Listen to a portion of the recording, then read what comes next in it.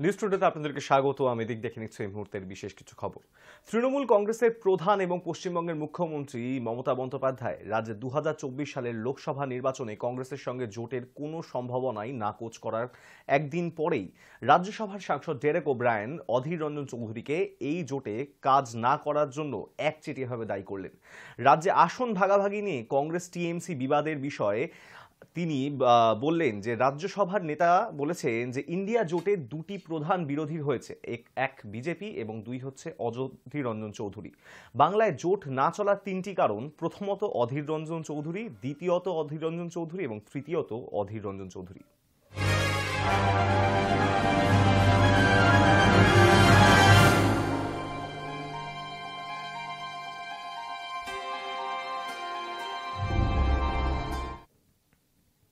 কংগ্রেসের তরফে ঘোষণা করা হয়েছিল বৃহস্পতিবার সকালবেলায় অসম থেকে বাংলায় প্রবেশের পরে তার ভারত জোড়ো ন্যায় যাত্রা দিনভর কর্মসূচি নির্ঘণ্ট।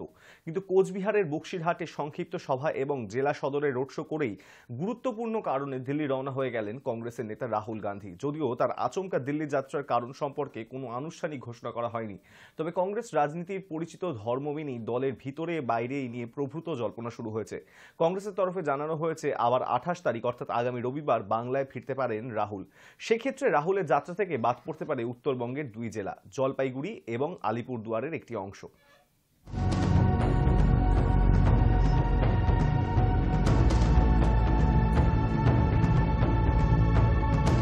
से महाराष्ट्र भारत जोड़ो न्याय यात्रा कर रहे हैं।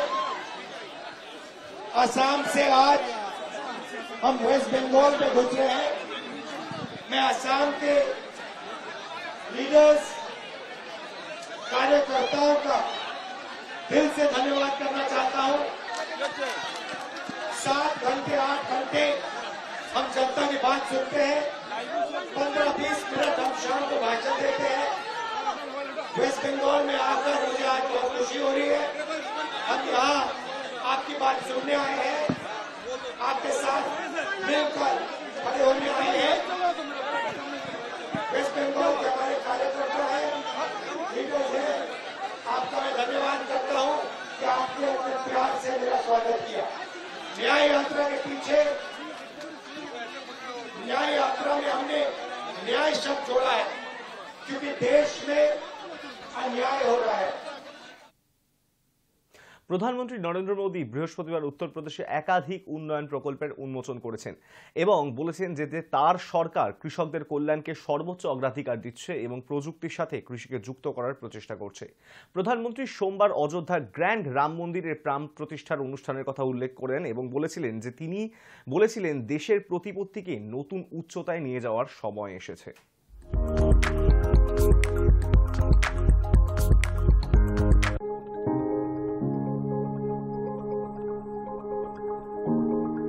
मोदी जी जैसा लोकप्रिय नेतृत्व हम सबके साथ में है और उनका मार्गदर्शन और नेतृत्व हमको प्राप्त हो रहा है। आज भी आपने देखा होगा, आपका स्नेह प्रधानमंत्री जी को मौसम की विपरीत परिस्थितियों का सामना करते हुए भी दिल्ली से बाई रोड आपने पहले कभी नहीं देखा होगा कि कोई प्रधानमंत्री बाई रोड जनता जनार्दन के साथ संवाद बनाने के लिए आ रहा हो। और आज दिल्ली से बाई रोड प्रधानमंत्री जी सड़क मार्ग से हमारे बीच में आए हैं। ফরাসি রাষ্ট্রপতি ইমানুয়েল ম্যাক্রো ৭৫তম প্রজাতন্ত্র দিবস উদযাপনের জন্য প্রধান অতিথি হিসেবে ২৫ জানুয়ারি জয়পুরে পৌঁছেছেন। ম্যাক্রোর এই সফর ভারত ফ্রান্স কৌশলগত অংশীদারিত্বের ২৫তম বার্ষিকী উদযাপনের। ফরাসি রাষ্ট্র সফরের আগে জয়পুরের গোলাপি শহরে প্রধানমন্ত্রী নরেন্দ্র মোদী এবং ফরাসি রাষ্ট্রপতি ম্যাক্রোর পোস্টার দিয়ে সাজানো হয়েছে।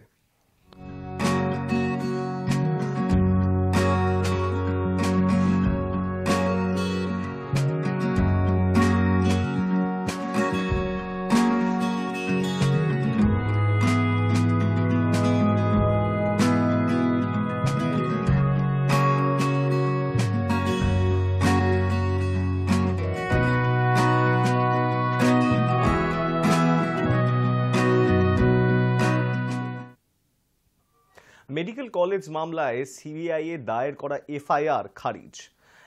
এফআইআর খারিজ করল বিচারপতি সৌমেন সেনের ডিভিশন বেঞ্চ। আদালত থেকে সংগৃহীত নথি ফেরত দিতে হবে সিবিআইকে। অন্যদিকে ডিভিশন বেঞ্চের নির্দেশ অবৈধ, তাই এফআইআর খারিজ করা হবে না। সিবিআই অবিলম্বে তদন্ত শুরু করবে, এই নির্দেশ গ্রহণযোগ্য না, এমনই মন্তব্য করলেন বিচারপতি অভিজিৎ গঙ্গোপাধ্যায় এবং সিবিআইকে 2 মাসের মধ্যে তদন্ত শেষের নির্দেশ দিলেন।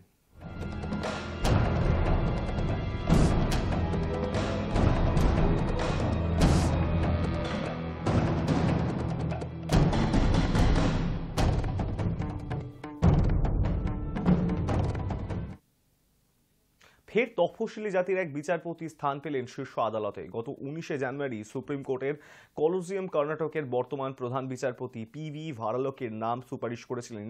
সুপারিশ অনুযায়ী সুপ্রিম কোর্টের বিচারপতির পদে নিয়োগের ছাড়পত্র দিল কেন্দ্র। গত বিচারপতি সঞ্জয় কিষান কলের অবসর গ্রহণের পর বিচারপতি পদে একটি আসন ফাঁকা ছিল। সেই আসন পূরণ করতেই তৎপর হয়ে উঠেছিলেন শীর্ষ আদালত। নতুন বছরে ভারতের প্রধান বিচারপতি DY চন্দ্রচূড়ের নেতৃত্বে 4 সদস্যের কলোজিয়াম অভিজ্ঞ বিচারপতি ভারালেকের নামের প্রস্তাব দেয়। এই বিষয়ে কলোজিয়াম বিবেচনা করেন দেশের হাইকোর্টগুলির বিচারপতির মধ্যে তিনি তফসিলি জাতির অন্তর্গত একমাত্র প্রধান বিচারপতি। এবার বিচারপতি ভার্লে নিযুক্ত হলে সিটি রবিকুমার, বিচারপতি গাভাই সহ তফসিলি সম্প্রদায়ের 3 জন বিচারপতি সুপ্রিম কোর্টে থাকবেন, যা শীর্ষ আদালতের ইতিহাসে প্রথম।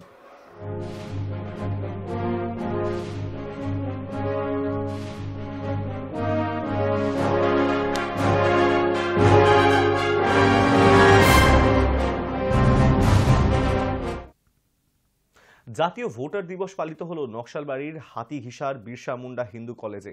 ছাত্র নেত্রীদের ভোট সম্পর্কিত জ্ঞান প্রসার করতে জেলা শাসক আধিকারিকদের কলেজে আমন্ত্রিত করা হয়। জেলা শাসক প্রীতি গোয়েল সহ অন্যান্যদের উত্তরীয় পরিয়ে বরণ করে নেয় শিক্ষিকারা।